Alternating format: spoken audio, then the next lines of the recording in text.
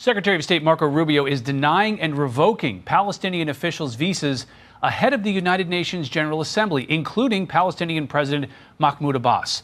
The State Department saying, in quote, "It is in our national security interest to hold the Palestinian Liberation Organization and the Palestinian Authority accountable for not complying with their commitments and for undermining the prospects for peace." For more, let's bring in Israeli Ambassador to the United Nations, Danny Danon. Mr. Ambassador, thank you for joining us this afternoon. I want to get you, before we turn to those visa issues, a couple of reports coming out this morning. One, Israel has killed the prime minister of the Houthi-controlled government in Yemen. And two, that your government also launched a strike against a Hamas spokesperson. Can you confirm those events? Give us some more information about that. Thank you for having me, Rich. First, regarding the Houthis, we have no border with them. We have no conflict with them. But they are launching ballistic missiles into Israel. And we are very clear about that. We will hunt them down. We will go after them. And yesterday we stretched our muscles. We showed our capabilities. And we'll continue to do that as long as they will continue to send ballistic missiles into Israel. When you look at the map, it's almost 1,200 miles away from Israel. And still you see the radical element of the Houthis continue to attack Israel. I hope they will figure out that if they will continue, we will get to them. Regarding to the second attack, we still look into on the result of the attack, but we are targeting senior Hamas terrorists that took part in the October 7th massacre. I hope it was a successful result. We do our best to minimize civilian casualties and to target those terrorists. Where you're serving now at the United Nations in New York, there is going to be an awful lot going on at the UN General Assembly. A number of American allies, Israeli allies, are saying that they are going to recognize a Palestinian state. This is from French President Emmanuel Macron saying, "Our determination to ensure that the Palestinian people have a state is rooted in our belief that a lasting peace is essential to the state of Israel's security." Do these states recognizing a Palestinian state further the cause for the creation of a Palestinian state, or does it hinder it? Those are empty declarations, they know better than that. They want to show that they're actually relevant, so they make those statements. It's not going to bring peace. On the contrary, instead of having agreement, we were very close to achieve a deal with Hamas to release more hostages. Once they saw that Hamas got the support from France and other countries, now we are not in the same position. And when I read those statements and I speak with my colleagues from Europe, they tell me, yes, we want to have a Palestinian state without Hamas. And I'm asking them, how exactly you plan to get rid of Hamas? Who is going to do it?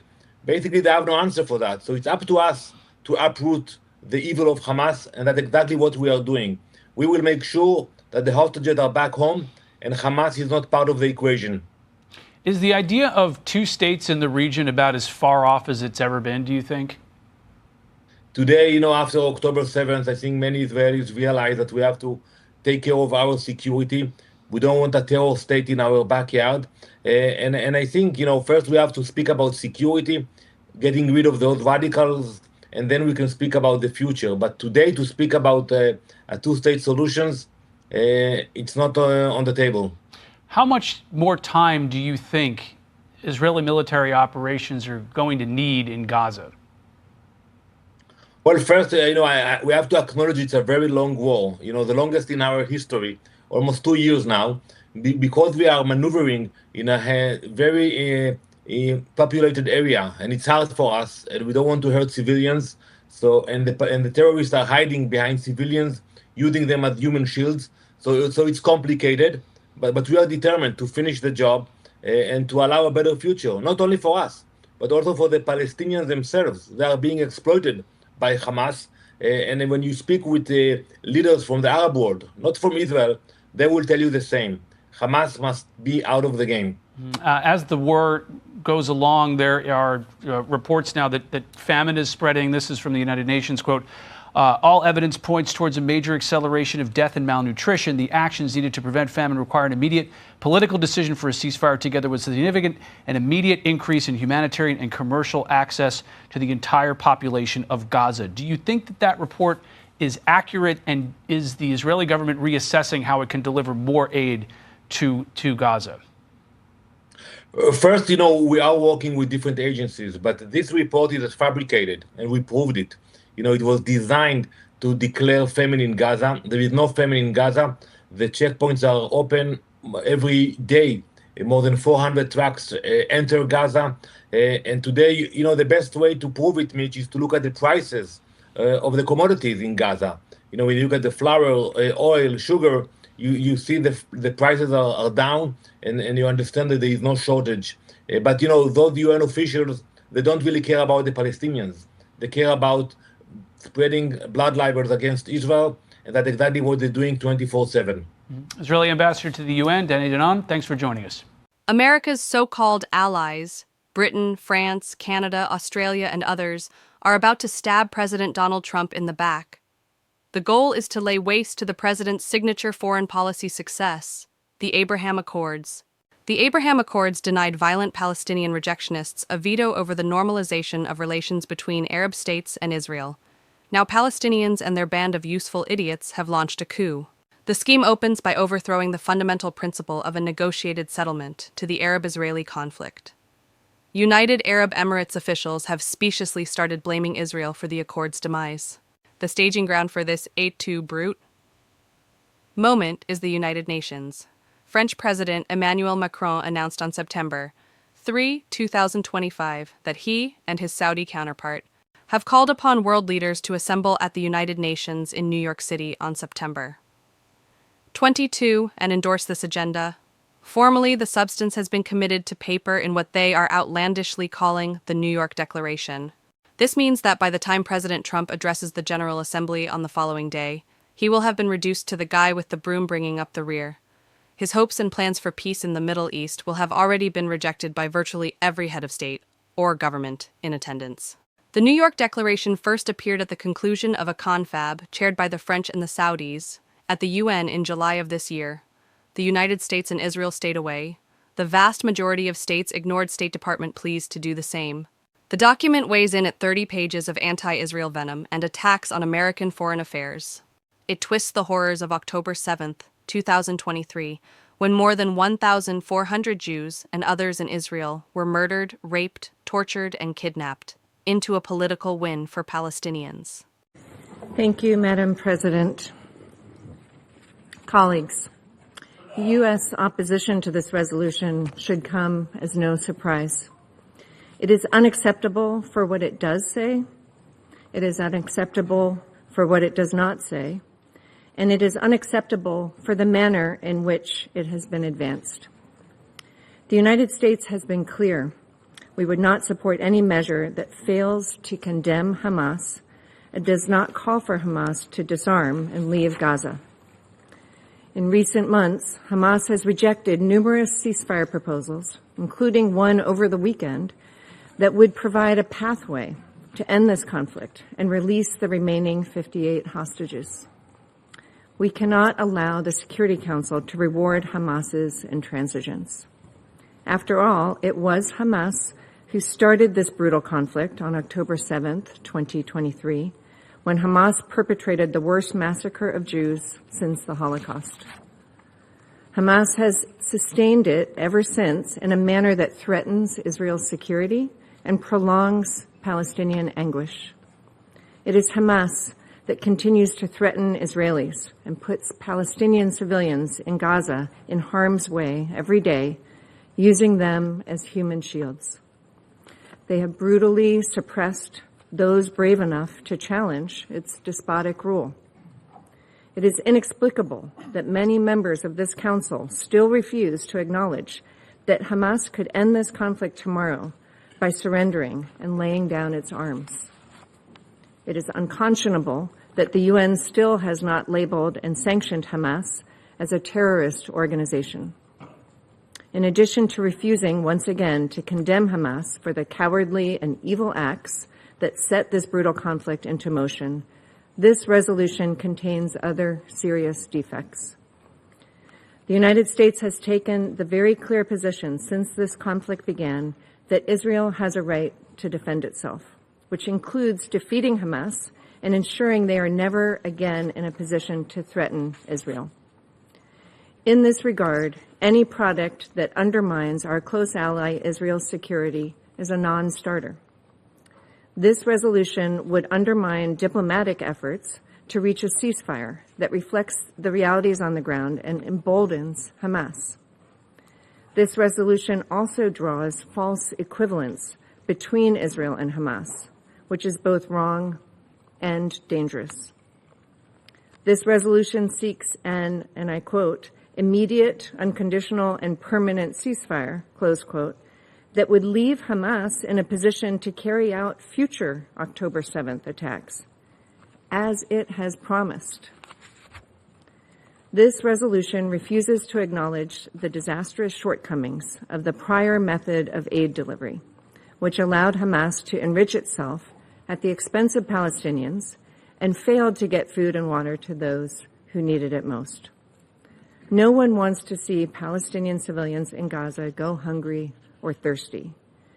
We instead urge the UN and NGOs to support the Gaza Humanitarian Foundation to help it safely deliver aid without being diverted by Hamas. The GHF has emphasized it will deliver aid consistent with the humanitarian principles of humanity, neutrality, impartiality, and independence. Colleagues, we've been clear that in order to move forward, Hamas and other terrorists must have no future in Gaza. As Secretary Rubio has said, if an ember survives, it will spark again into a fire.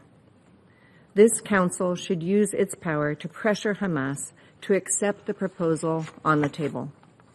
Only after the terror group's removal can Israel be secure within its own borders, and can Gaza advance toward a brighter and more prosperous future.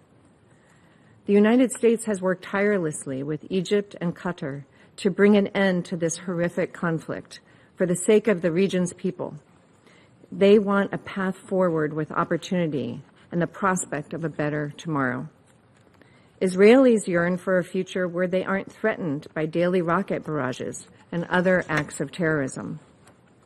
Palestinians deserve an opportunity to rebuild their lives, free of Iran and the influence of its insidious terrorist proxies.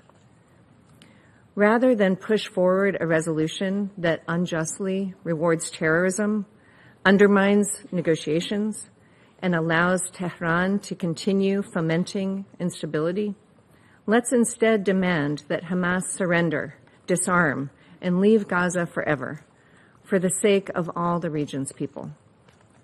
Moreover, we need to be perfectly clear. Performative actions in this council designed to draw a veto, as evidenced by the process of formulating this resolution, wherein there was no true negotiation, are harmful at a time when there is delicate diplomacy going on in the region to reach a ceasefire. Further, engaging in this performative process at a time when serious questions are being asked about the utility of the UN, its funding, and use of resources is shameful. This council should not be used in this way. This council must hold itself to a higher standard. Meanwhile, we've had our negotiators on the ground trying to hammer out a real agreement to get hostages released, get a ceasefire, and provide humanitarian assistance. Finally, the United States will never stop working to free all the hostages, including the remains of 4 Americans murdered by Hamas, who have now been held in squalid conditions for 607 days. They will not be left behind. Thank you. Here are just some of the declaration's extraordinarily dangerous demands. A state of Palestine before mutual recognition of the Jewish state. A Palestinian right of return that would flood Israel with millions of Palestinians from the river to the sea, thus ending the Jewish state. A fully armed Palestinian state, called a one-state, one-gun policy, and an indefensible Jewish state. An arms embargo on Israel, ceasing the provision or transfer of arms, cutting off the country's ability to defend itself. A global pogrom to arrest and prosecute Israelis in national and international courts the world over. Abandoning the hostages and rewarding the kidnappers by conditioning their release on Israel, freeing convicted Palestinian criminals, and fully withdrawing from Gaza.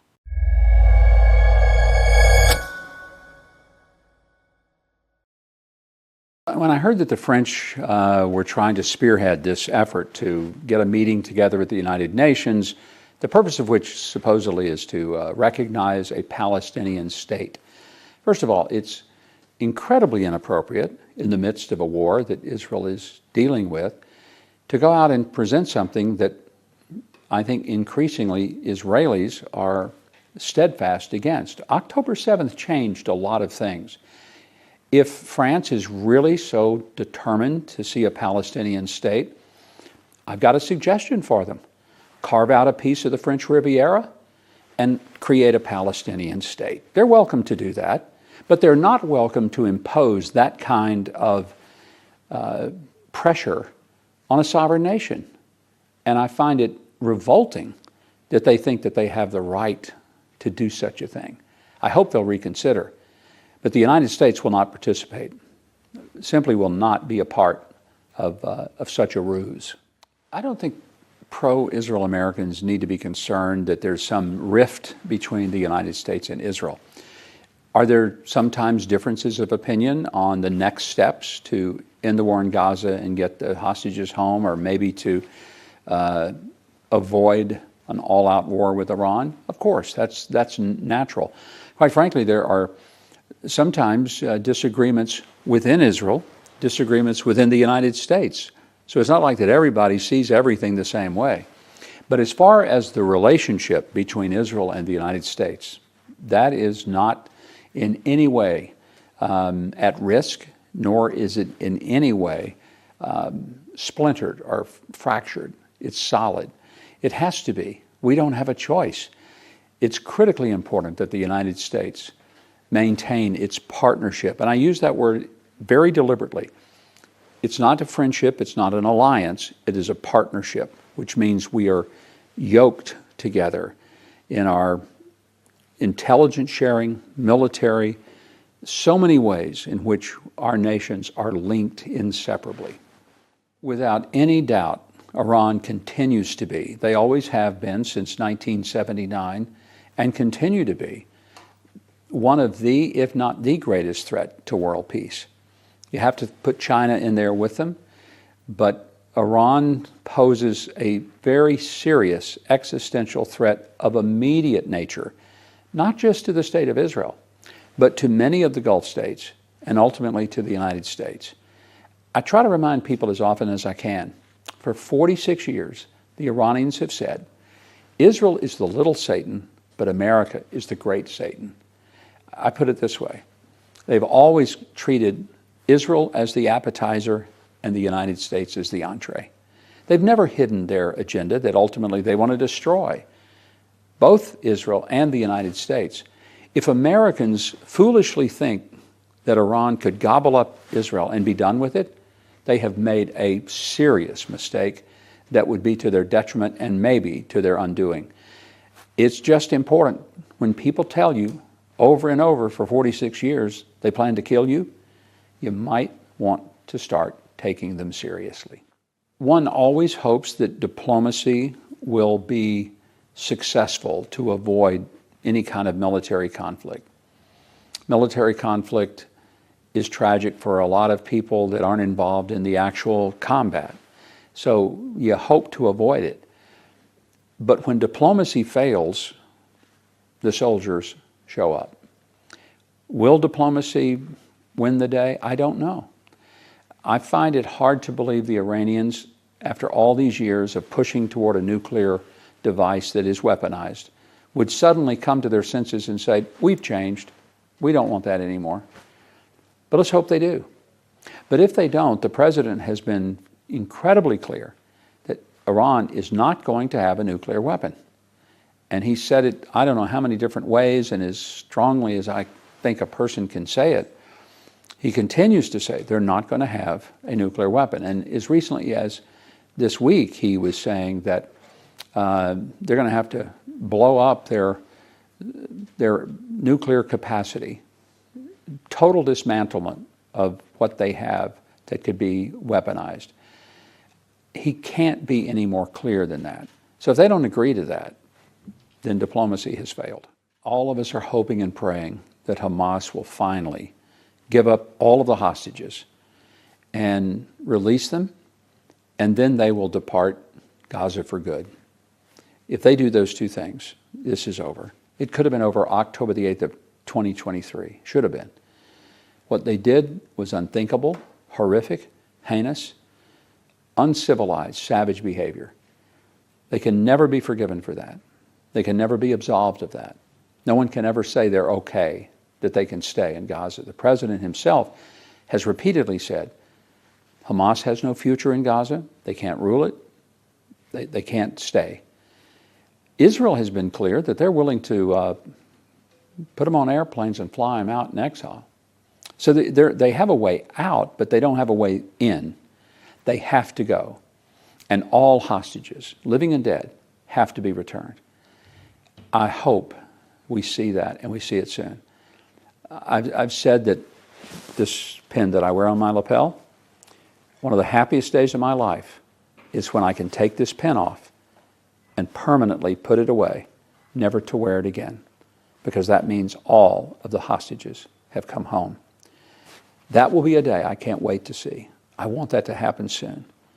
I want to keep wearing it as a reminder to pray for those hostages. As we talk here today, it's day 601. But I hope that before 602 days go by, this pin is taken off my jacket and I never wear it again. It's hard to say which countries will be next in the Abraham Accords, but I'm confident that we're going to see during the course of this term of President Trump an expansion of the Abraham Accords. There are a number of nations that now realize that having enmity with Israel is meaningless. It doesn't help them. It means nothing to help their own countries or their economies. Many of them have looked at what's gone on with the UAE. They realize this partnership has worked beautifully. They have had benefits economically from tourism and trade and from economic partnership. The normalization of those relationships, expanding, is good for everybody. Nobody loses, everybody wins. As to which countries, hard to say. I think we could look down the road and see a future in which you would see countries that you would never have thought to be in a relationship with Israel will be. But it is a delicate path for some countries. They can't go faster than their people are willing to go and accept. So will we push or force? No, of course not, because those are decisions that have to be made within those nations. But there is a great, let's just say, atmosphere and a great possibility that we will see some dramatic changes and big additions to the Abraham Accords.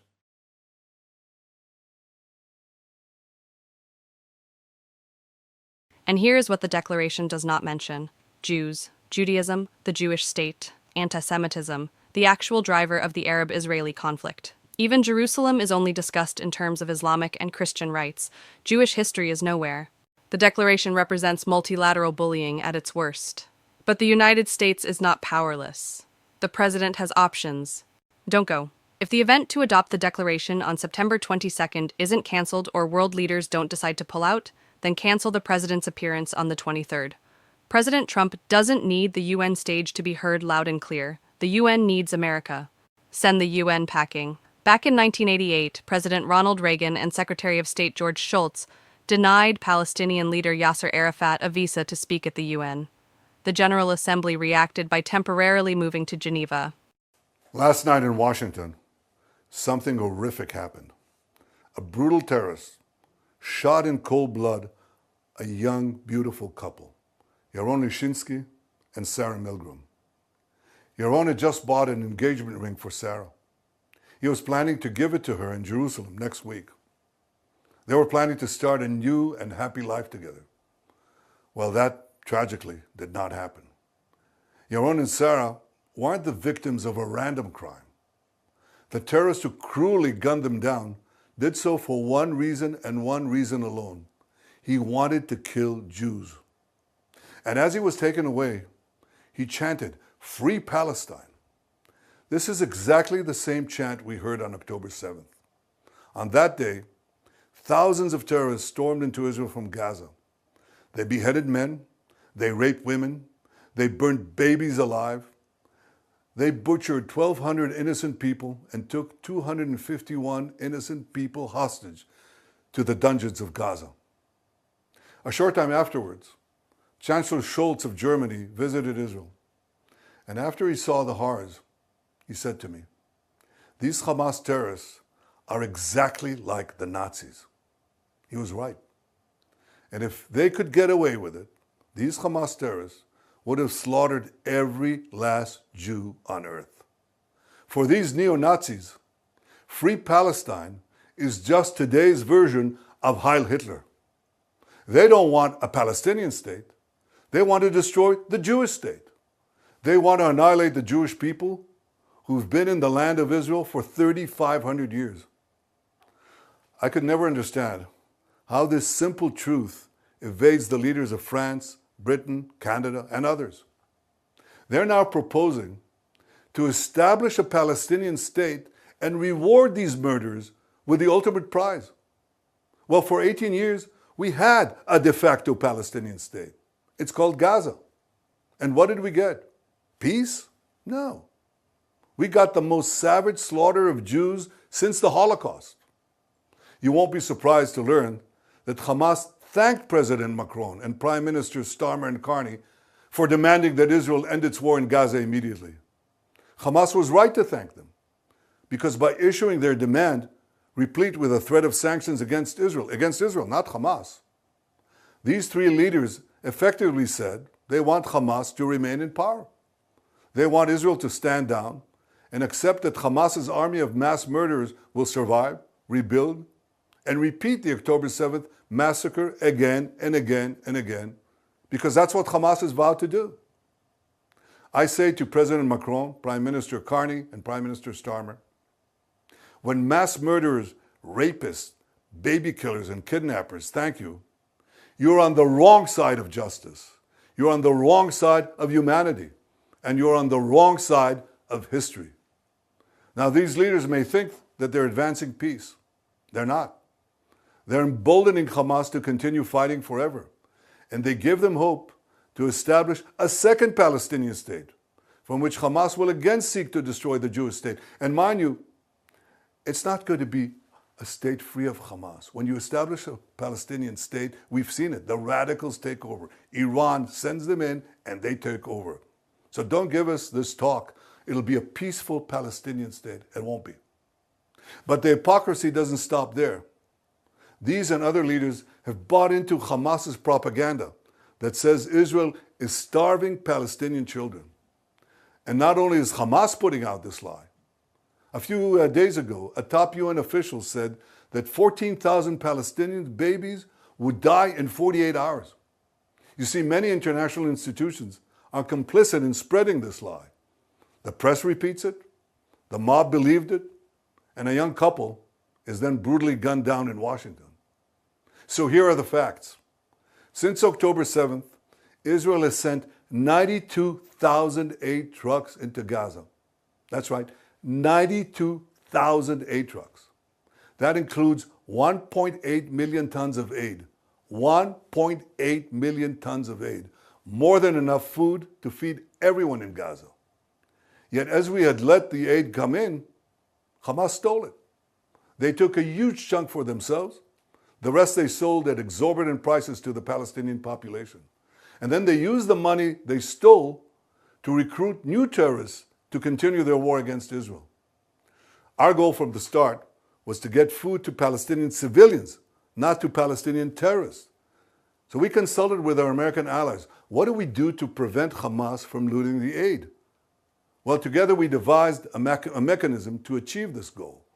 American companies will distribute the food directly to Palestinian families. They'll do so in safe zones secured by our military. And this will allow us to complete our goal of destroying Hamas while enabling aid to reach the civilian population. We'll complete the construction of the first distribution zones in the coming days. Ultimately, we intend to have large safe zones in the south of Gaza, and the Palestinian population will move there for their own safety while we conduct combat in other zones and receive humanitarian aid there without Hamas interference. In the meantime, we authorized letting trucks enter Gaza to provide for immediate needs. Yesterday, I think more than 100 trucks went in. More will come in today. I tell you this, no army in the world has ever gone to such lengths to provide aid to the civilian population in the midst of intense combat. And Hamas, of course, opposes this. It shoots Palestinian civilians who want to leave for safe zones, and it shoots Palestinian civilians who want to prevent Hamas terrorists from looting the aid trucks intended for them. As for the hostages, we'll do every effort to secure them. I'm ready for a temporary ceasefire to get more out, but we demand, and you should demand, that all of our hostages be released, and released immediately. And so should every civilized country demand this. We're in an intense seven-front war that was launched against us by Iran and its proxies. Sometimes in war, accidents happen. One such incident happened the other day in Jenin, and thankfully no one was hurt. Our military has expressed its regret over the event because we don't target civilians or diplomats. We target terrorists. Exactly the opposite of Hamas. They target civilians, ours, and they hide behind civilians, theirs. They use them as human shields. That's a double war crime. But I don't hear that coming from any one of those countries that criticize Israel. For those who say that Israel stands alone, I say we're not alone. Justice stands with us. The truth stands with us. History stands with us. And so do countless people around the world who can tell the difference between right and wrong, between good and evil. I want to thank all of them. And I especially want to thank President Trump and the American people for their forthright stand with Israel and with the Jewish people. Together we stand, together we'll triumph, and we'll see the victory of civilization over barbarism. Lesson learned. Move the whole lot out of the USA for good. Stop paying. Bypass the organization and fund directly only what is consistent with American values and interests and is fully accountable to the U.S. taxpayer. Apply sanctions. Impunity for the Declaration's signatories is the wrong message to send states that endanger American national security and undermine our vital foreign policy goals. On October 7, Palestinian terrorists massacred the nationals of 69 countries and kidnapped people from 22. That's the Palestinian multilateralism the United Nations is all set to reward.